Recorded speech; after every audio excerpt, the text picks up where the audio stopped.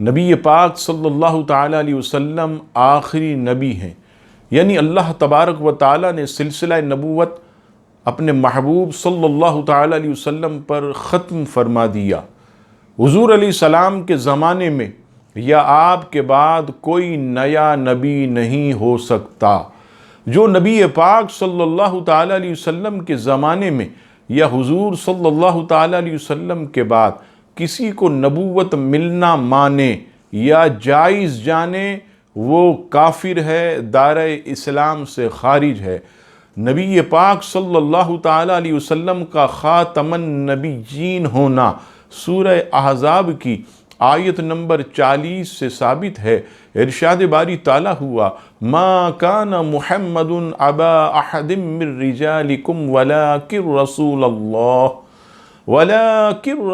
اللہ وخاتم النبیین۔ ترجمہ، محمد تمہارے مردوں میں کسی کے باپ نہیں، ہاں وہ اللہ کے رسول ہے اور سب نبیوں میں آخری نبی ہیں۔ اب یہ سوال پیدا ہوتا ہے کہ نبوت جب ختم ہوئی تو حضرت عیسیٰ کیوں آئیں گے؟ تو سنیے اس کا جواب تفسیر مدارک میں ہے کہ حضور علیہ السلام کے بعد کوئی نیا نبی بنایا نہیں جائے گا، جبکہ حضرت عیسیٰ ان میں سے ہیں جو حضور سے پہلے نبی بنا دیے گئے۔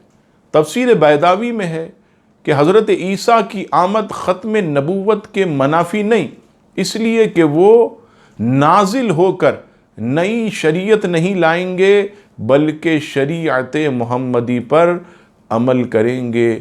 واللہ تعالی عالم ورسولہ اعلم۔